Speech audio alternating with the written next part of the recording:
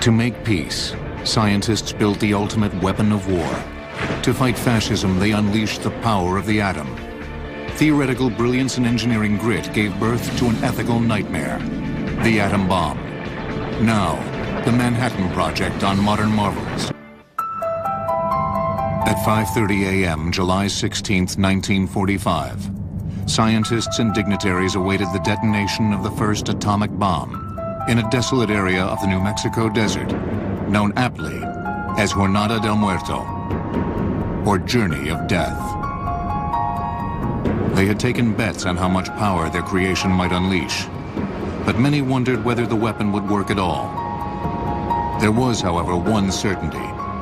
If the atomic bomb detonated, the world would never be the same. This story is the great tragic epic of the 20th century. If I were going to give it a theme, the theme would be humankind invents the means of its own destruction. And in order to do so, scientists, engineers, and the Army teamed up in an effort dubbed the Manhattan Project. In the short span of 2 years, they built an industrial complex with sites across the country that would rival the size of the automotive industry. To manufacture fuel for the bomb, they built the 5th largest town in the state of Tennessee that consumed 1/10 of the electrical power generated in the United States. The bomb builders spent well over $2 billion, almost $30 billion in today's market, to detonate the first man-made atomic explosion just 28 months after scientists set foot in a lab at the Manhattan Project's Los Alamos, New Mexico facility. Nonetheless, that July morning in 1945, many of the world's top physicists watched anxiously at the test site 200 miles south of Los Alamos, awaiting the results of their labors. 5, 4, 3, 2. But this countdown had really begun 12 years before, when many of these scientists escaped the coming of fascism to Europe. Once Hitler took power in 1933, the Jews of Europe, especially the Jews of Germany, were under a direct threat. And some of the best scientists in the country happened to be Jewish. Hans Bethe was one, Edward Teller was one, Leo Szilard was one, Einstein was one. And one by one, they fled Europe to the United States. Scientists found refuge at American universities. In 1938, dramatic news arrived from Germany. German scientists had split the atom by bombarding uranium with neutrons, which caused instability in the uranium nucleus. During this split, mass was lost and was converted into kinetic energy. They had discovered fission, and with it, opened a Pandora's box. If each of those neutrons goes into another uranium nucleus and causes fission, then the first fission has led to more than 2 fissions in the next generation, and you can see that each successive generation has many more neutrons, and this causes an explosive chain reaction. If 2 masses of highly fissionable uranium in the form of a sphere and a plug could be brought together with sufficient speed inside a bomb, an exponentially increasing chain reaction with explosive force would result. The implications of the discovery of the fission of uranium would be obvious to scientists in Nazi Germany, and this frightened Leo Szilard, a 40-year-old émigré physicist from Hungary. Politically astute, Szilard wanted to warn President Roosevelt, but knew that he lacked the stature to do so. Imagine men with heavy foreign accents say they have figured out a way to make a bomb no bigger than an ordinary bomb that could blow up a city. You might well think they were crackpots and throw them out of your office. Szilard wrote a letter to the president and sought a prominent ally to sign it, Albert Einstein. Szilard, who didn't drive a car, enlisted the help of his friend Edward Teller, an eminent theoretical physicist, to drive him to Einstein's summer house on Long Island. Einstein read what he but Szilard has written, asked a few questions about it, and then said yes, yes, and signed it. On October 11th, 1939, in response to Einstein and Szilard's letter of warning, President Roosevelt formed the Advisory Committee on Uranium. But this abstract new discovery became a low priority for a leadership distracted by a world war that was now 2 months old. A recent refugee of that war, 37-year-old physicist Enrico Fermi, narrowly escaped with his Jewish wife, Laura. They used the opportunity of going to Sweden to collect the Nobel Prize to go from there and then go on to the United States, so that the fascist authorities in Italy at that time didn't know that they were actually not going to be returning to Italy. Together with Leo Szilard at Columbia, Fermi tackled the first obstacle to the bomb: the question of whether or not a sustained chain reaction could be induced in a uranium reactor. Without the successively doubling power of the chain reaction, a bomb would be an impossibility. Fermi was one of the few scientists who was talented both in theory and in practice. He loved getting his hands dirty. Leo Szilard was the antithesis of Enrico Fermi. Szilard usually slept late. He soaked in the bathtub to get fresh ideas. While in the bathtub, Szilard remained focused on the competition, the German bomb effort. He convinced scientists in the U.S., whose community thrived on openness, to censor their own papers so that they would not inadvertently help the Germans.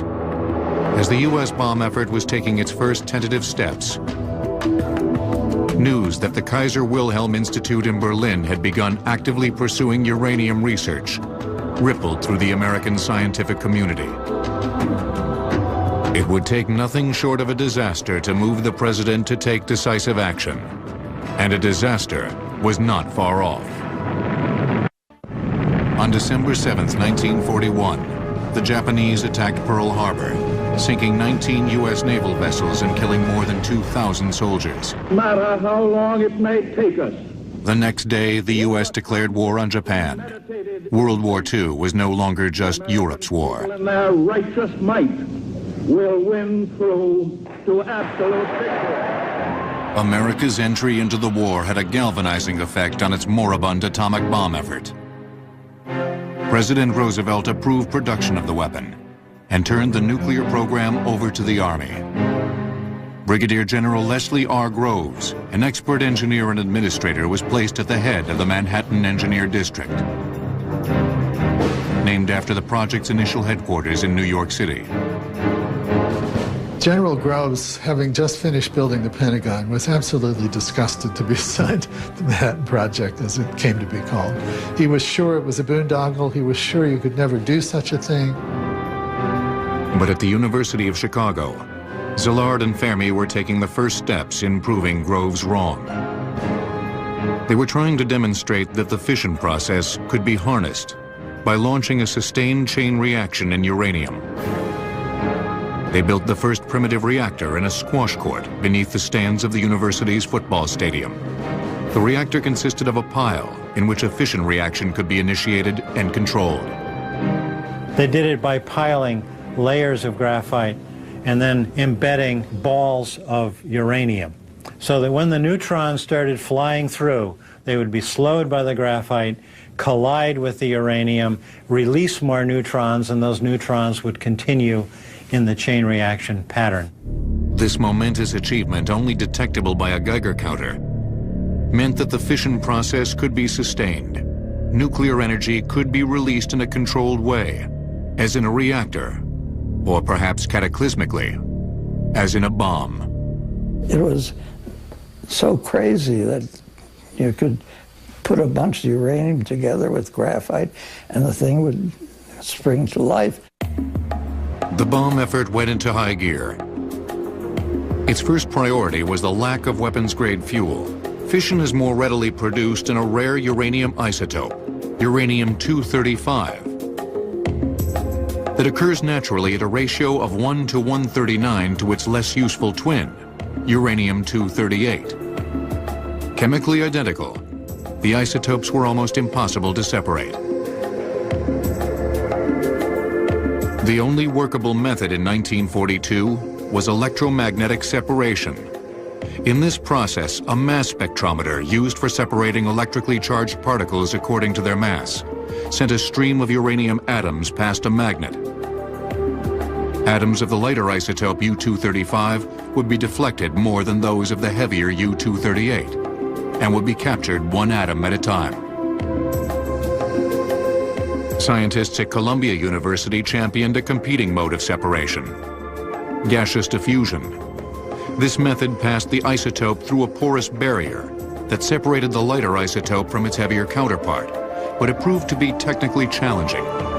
In a square centimeter, about the size of a thumbnail, you've got to have hundreds of millions of pores, and they have to all be the same size. If they're too big, the gas flows through without any separation. If they're too small, the gas gets in there and condenses on the surface, won't go through.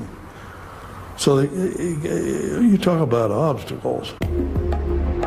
But if a suitable barrier could be manufactured, it promised a greater yield than the electromagnetic process. Both techniques would have to be done on a massive scale and would prove extremely costly.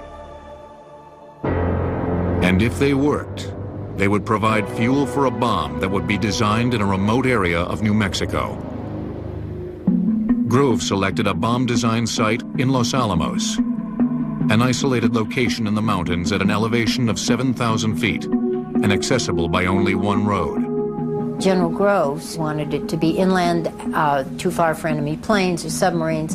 He wanted it to be beautiful, where he said he could keep a bunch of prima donnas amused. In November of 1942, the Army purchased 54,000 acres for $440,000 under the guise of using them as a demolition range.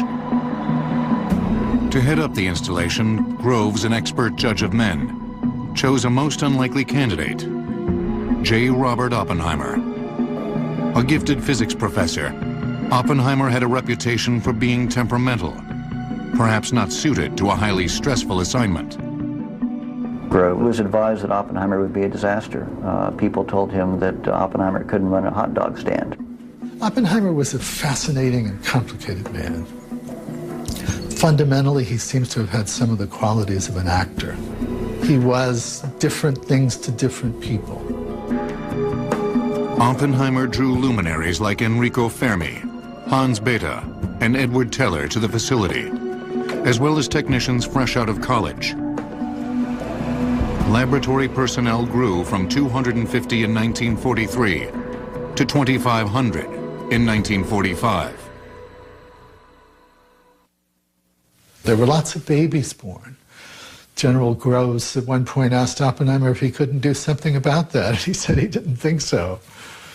The one place that they had to keep expanding was the maternity ward at the hospital. During the fall of 1942, the theoretical physicists at Los Alamos began the difficult process of trying to determine how much U-235 it would take to make a bomb. And the scientists tell him, well, it could be X amount, but that's plus or minus by a factor of 10. Groves is absolutely staggered. He uses the illustration that, well, you're giving a wedding, and you say it's for 100 people, but maybe 1,000 will turn up, or maybe 10. So how can you make any sort of plans with that range?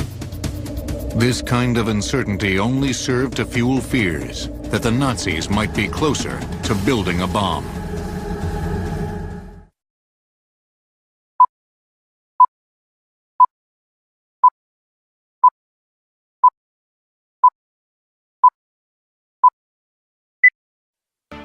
On December 28, 1942, President Roosevelt approved an additional $500 million investment in the Manhattan Project.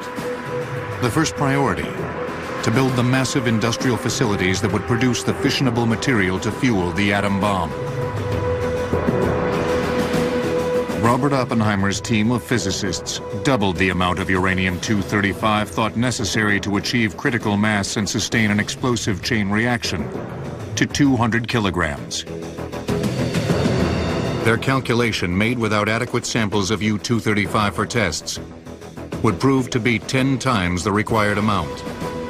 The scientists at Los Alamos also studied tampers, barrier materials that would slow the expansion of the critical mass and reflect neutrons back to feed the fission process inside the bomb.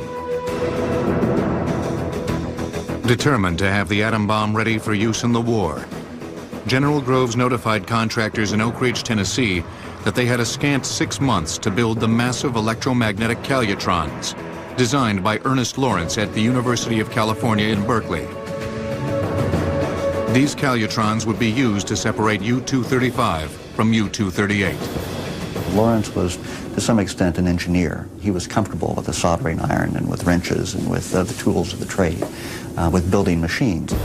In February 1943, construction began on the calutron site that was given the deliberately nondescript code name, Y-12.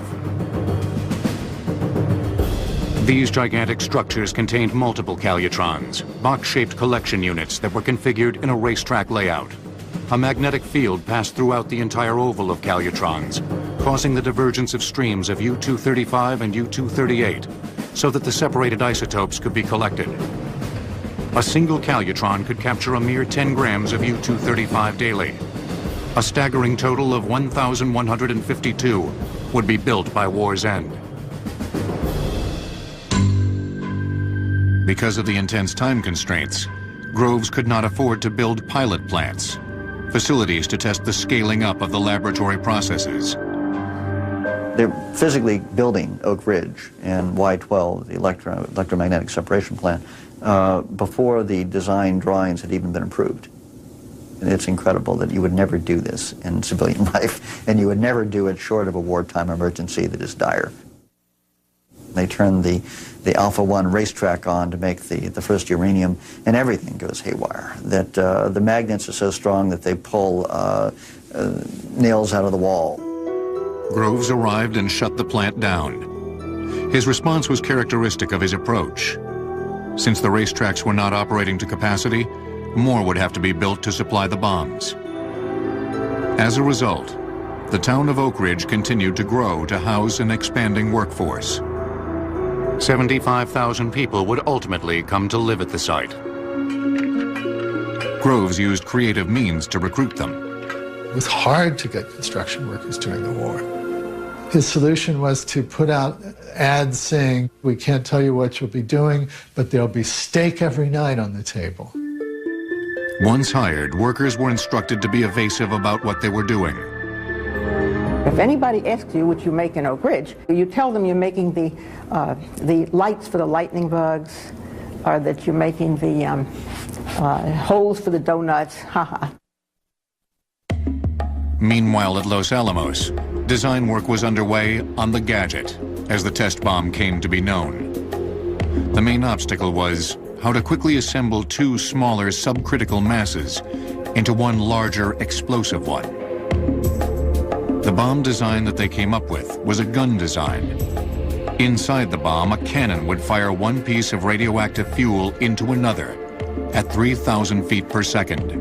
The pieces would have to come together fast enough to prevent spontaneously emitted neutrons from melting the fuel, causing the bomb to fizzle rather than explode. But the engineering aspects were daunting. It's one thing to say you can shoot a piece of uranium at a second piece, but how do you do it? How fast does it have to go? How do you stop it at the end? How do you keep it together long enough as a mass so that it does go high order and give you an atomic bomb? Oppenheimer led the effort to overcome these obstacles by setting an example for his team at Los Alamos. In the middle of the night, something could be done. In would walk Robert just at the right time to see how it went. He was interested in everything, in the explosives, and the mechanics, and the chemistry, and the bomb itself, of course. And this was what makes a big laboratory of thousands of people working together cohere. Oppenheimer was living on coffee and martinis and cigarettes. Groves was eating Whitman chocolate samplers and sleeping soundly, whereas Oppenheimer was anguished. You know, they were just so different. But they seemed to be able to mesh, and they certainly had a common goal. And this common goal was about to reach a new level. As scientists refined the design of the Gadget, a new man-made element, plutonium, was gaining favor as a possible fuel. Identified in 1941, plutonium was almost twice as likely to undergo fission as uranium-235, and could be produced on a large scale by irradiating uranium in nuclear reactors. In order to produce plutonium, 3 production reactors were designed by engineers at the University of Chicago that would be built in Hanford, Washington. Groves initiated the construction at Hanford on August 27, 1943, with a labor force that had been recruited to the area. Numbers as high as 60,000 construction workers living in tents out on the Hanford Reservation. So the government went in and bought up 500,000 acres out in the desert of eastern Washington, created this remote construction site, and literally in a matter of months constructed large-scale engineered structures for plutonium production. But Groves was not content to rely on just 2 approaches, Y-12 and Hanford, to produce the weapons-grade fuel for the bomb. By September 1943, he had begun construction on a 3rd, K-25, a gigantic gaseous diffusion plant at Oak Ridge. In the diffusion process, a gaseous compound, uranium hexafluoride, passes through a cascade of barriers, each one giving a slight enrichment of the lighter isotope U-235. The difficulty lay in finding a barrier that would not be degraded by the very corrosive gas. Scientists and engineers were not able to manufacture a satisfactory barrier until a year after site construction began on K-25. A building that would ultimately cover more area than any structure ever built. The U-shape measured 1/2 mile long by 1,000 feet wide. With an area of 2 million square feet, it contained a series of sealed containers and cascades that ran the length of the building. Oak Ridge continued to grow, and by the end of the war, it was the 5th largest town in Tennessee. The total power consumption during the K-25 operation during the war in the Manhattan District was about 10% of the electrical energy in the United States. If you look at the size, the scope of the K-25 site in the Manhattan Project, I don't think there's been any engineering feat to date comparable to what was done within the time frame. It was looking less and less likely that enough U-235 could be produced to impact the war. At the same time, the alternative, plutonium, was proving to be equally tricky. Impurities in this new element were leading to increased neutron activity that would cause bombs to pre-detonate, to fizzle before the 2 halves joined in a critical mass. There are production problems at Oak Ridge. They're not sure they can even make any uranium at that point, uranium-235. And so if they can't use plutonium in a gun, there may in fact not even be an atomic bomb. It's a real crisis. It's at that point that I think Oppenheimer's talent comes to the fore, where he brings in the people, new people in fact, and he reorganizes Los Alamos, that brings people in to solve the problem of how to make a plutonium bomb. The plutonium bomb's new configuration called for an outer shell of explosives that would direct symmetrical shockwaves inward, compressing a subcritical central mass of plutonium. The resulting increase in the density would shrink distances between nuclei, thus starting the explosive chain reaction. Nobody had ever taken high explosives, wrapped them around something, and got a symmetrical explosion. And so they weren't even sure they could do that technically. It was a very, very tough engineering problem. So from May 1944 until about August of 44, the laboratory wrestles with this problem. By late 1944, K-25, the gaseous diffusion plant, was producing enriched U-235 that ran through the magnetic calutrons to effect a further enrichment. This 1-2 punch generated enough fuel for 1 gun-type bomb. But if, as military strategists thought, it would take more than 1 bomb to break the enemy's will, then it was crucial that the upcoming test of the new plutonium implosion bomb work. All this uncertainty only served to heighten tensions at Los Alamos as scientists and engineers prepared for the first detonation of an atomic weapon. If the implosion design was successful, it might bring an end to the war.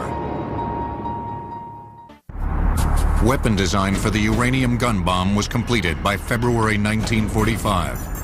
Confidence in the weapon was high. They named it Little Boy for its relatively small size, 10 feet long and less than 10,000 pounds. Designers considered a test prior to combat use unnecessary and impossible, since there was only enough U-235 for one bomb. The design for the more complicated plutonium-fueled implosion device, dubbed Fat Man for its rotund shape, was approved in March, and a test was scheduled for July. In preparation for deployment of the weapons, Colonel Paul Tibbets, a veteran combat pilot with extensive B-29 experience, was selected and placed at the head of a new unit, the 509th Composite Group. The unit began training at Wendover Field, Utah, dropping 5,500-pound orange dummy bombs. On April 12, 1945, President Roosevelt died in Warm Springs, Georgia, bringing Vice President Harry S. Truman into the Oval Office. Secrecy on the Manhattan Project had been so tight that Truman was not privy to the bomb developments and had to be briefed extensively in his first weeks in office. Less than 1 month later, German armed forces in Europe surrendered, but Japan did not. In June 1945, Tibbets and his unit moved to Tinian Island in the Pacific, 1,450 miles from Tokyo, where the Navy Seabees had built the world's largest airport to accommodate Boeing's new B-29 Super Fortresses. The island was selected because it was within striking range of Japan. Number 2, it had the longest runways. Number 3, it had the facilities there to modify the area where we're going to load the bomb.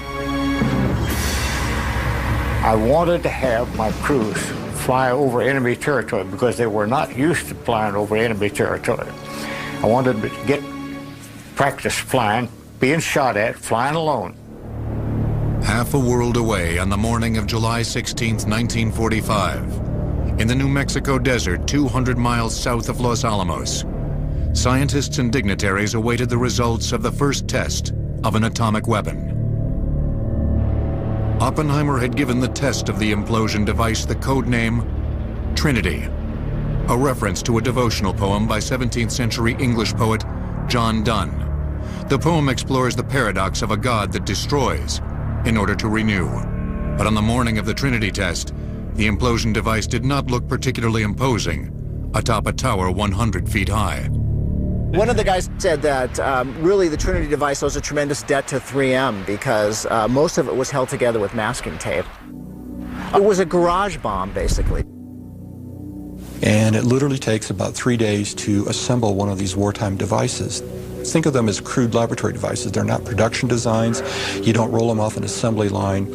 You've got to worry about, have we done everything right? What's missing? And there are stories where people last minute have a nightmare that they put something together wrong, actually go back in and discover that, oh, I inserted this wire backwards or that one. The scientists waited anxiously at their posts. Some feared success because of speculation that the bomb might ignite the atmosphere and destroy the world. Teller was 20 miles away at Campagna Hill with Lawrence, and Teller mostly scared everybody to death because he was putting suntan lotion on his face and in his hands and as a guard against the ultraviolet from the bomb. This is 20 miles away. All the scientists were 20 miles away, but most feared a dud, especially since a blank test of the explosives surrounding the core had failed just days before. Sensors showed that they had not fired simultaneously and would not have compressed the core properly. It was really unnerving when the blank shot failed. The normal anxiety that one might have had with a device on which you had worked but had never been tested fully was heightened by the failure of the blank shot. General Groves was lying on the ground in the prone position, facing away from the blast.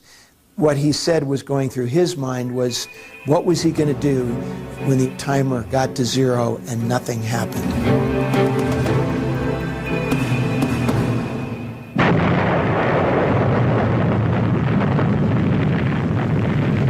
At 5:30 a.m., July 16, 1945, The world entered the atomic age with an intense flash, a sudden wave of heat, followed by a tremendous shock wave.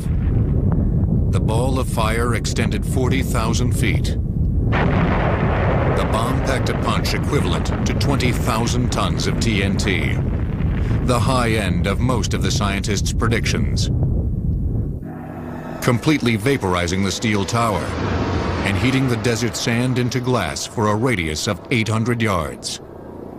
What got me was I hadn't thought the heat of the fireball would heat my face exactly as its sunrise.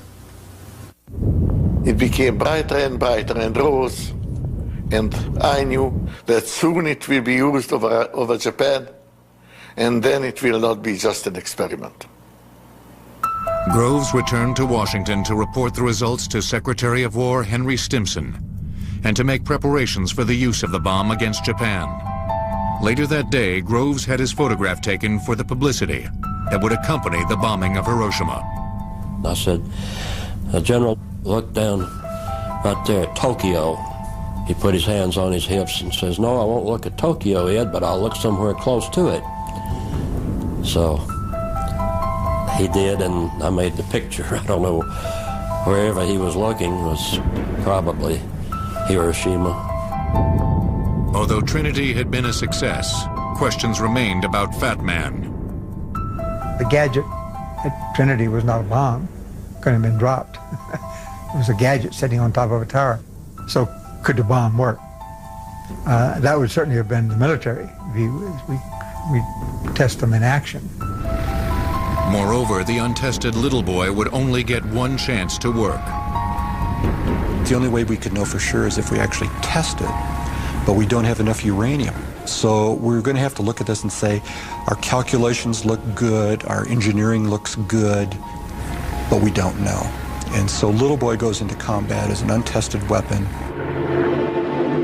The course of the war, the work of thousands, the expenditure of billions, and the fate of more than 100,000 Japanese soldiers and civilians hung in the balance on the morning of August 6, 1945, as the Enola Gay flew 31,000 feet over Hiroshima.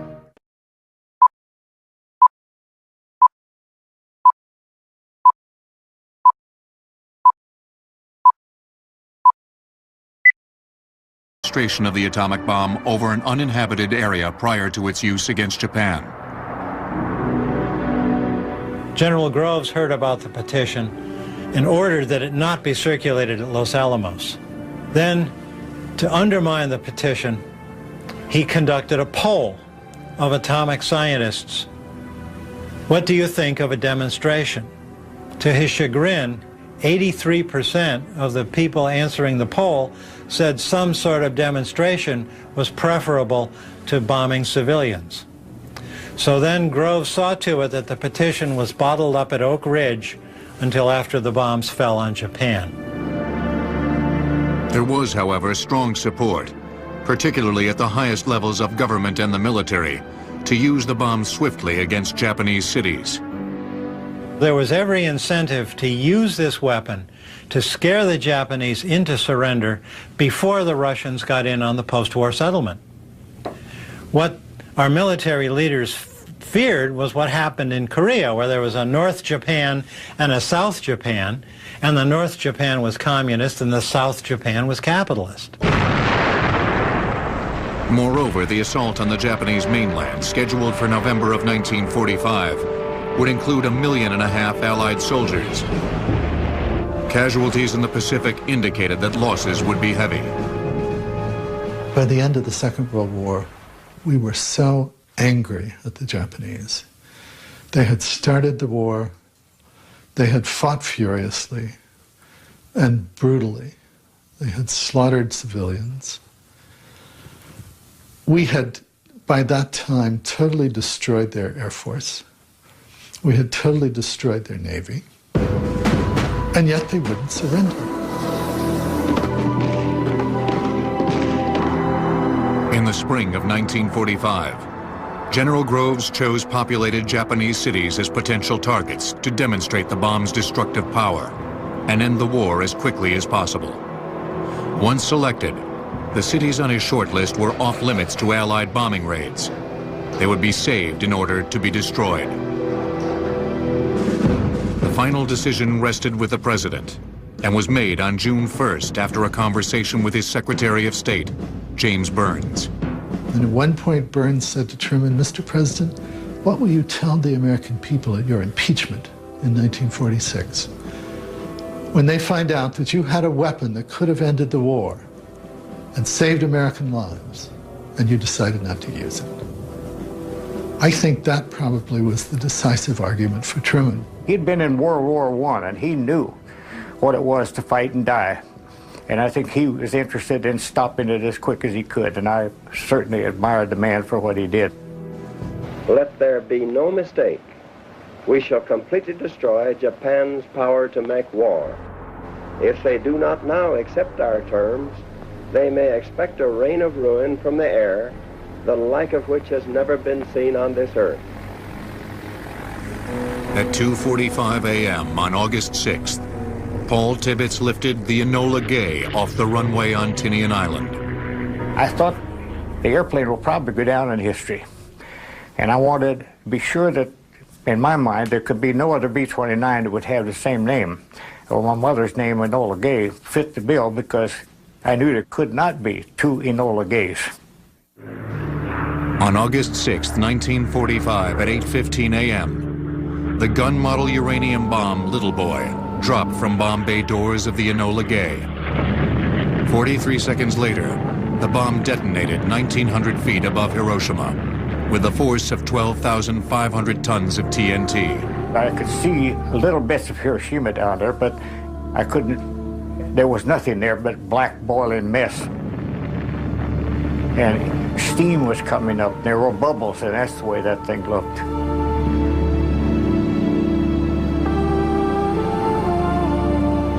"90% of the city was leveled by the 500-mile-an-hour winds of the blast, which charred victims' skin 2 miles away and incinerated those directly beneath the detonation." We visited the patients. We visited the railroad platform, which they had lined up all the people who were dying of radiation sickness. Maybe 600 or 800. Nothing to be done. They didn't have anything to work with. The small boy, I think was a boy, was bloated, and he couldn't hardly recognize the face at all. They said, "Okacha, Okacha, Mizu, Mizu, Mommy, Mommy, water, water." The pitiful, painful cry is something I'll never forget. The Japanese death toll rose to 130,000 people killed by the blast and ensuing radiation sickness. 3 days later, a second, more powerful plutonium bomb, Fat Man, fell on Nagasaki with similar results. Japan surrendered on August 14, 1945. Let us pray that peace be now restored to the world, and that God will preserve it always. The most catastrophic war in human history was over. I figured out how many of us at Los Alamos really knew all that was going on. And dividing that into the number of casualties, I figure that I'm responsible for 100 or 200 of them. And that's a hard kind of thing to be responsible for. But I've been asked, in view of that calculation, would I do it again? And the answer is yes, because any new weapon I would want to be given first to the United States. The American atomic weapon monopoly was short-lived. In 1949, the Soviets detonated an atomic bomb. During the 1950s, both superpowers added the hydrogen bomb to their arsenals in an attempt to achieve military superiority. Ultimately, the two would have tens of thousands of weapons in their nuclear arsenals. Progress cannot be stopped, and we are told to stop progress. I am very much afraid that progress will occur and will occur in a country that is less dedicated to peace than we are. But Oppenheimer did not agree that the arms race represented progress. His opposition to Edward Teller's hydrogen bomb project and questions about his communist sympathies led to the revoking of his security clearance at a government hearing in 1954. Teller testified against his former chief. He should not have testified against Oppenheimer. I think that the whole proceeding against Oppenheimer was a terrible mistake on the part of the United States government, and I felt very upset by it, as I think many scientists did, and I felt that any scientist who supported this was more or less doing exactly the wrong thing. Oppenheimer's career had been brought to an end. But the debate over his and the Manhattan Project's contribution to history was just beginning.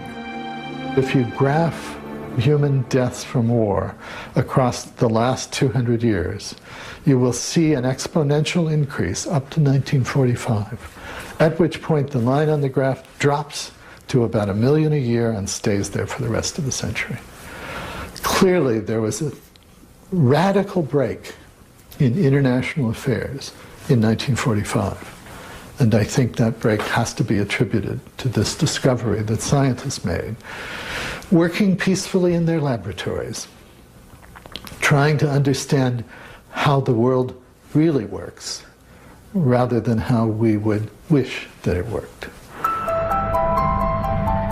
The question of the Manhattan Project's legacy, whether the atom bomb produced under the strain of war by some of the greatest scientific minds of the last century should be seen paradoxically as a peacemaker or simply as a savage destructive weapon, remains as polarizing today as it was 50 years ago. But for some, this debate is not abstract. The legacy of August 6, 1945 is far too personal. Every year on this day, on 8/15, I always offer prayer, and even this morning, tears flow. I just couldn't, everything comes right back at me. And of course, I can't forget all the people that was killed in that bomb.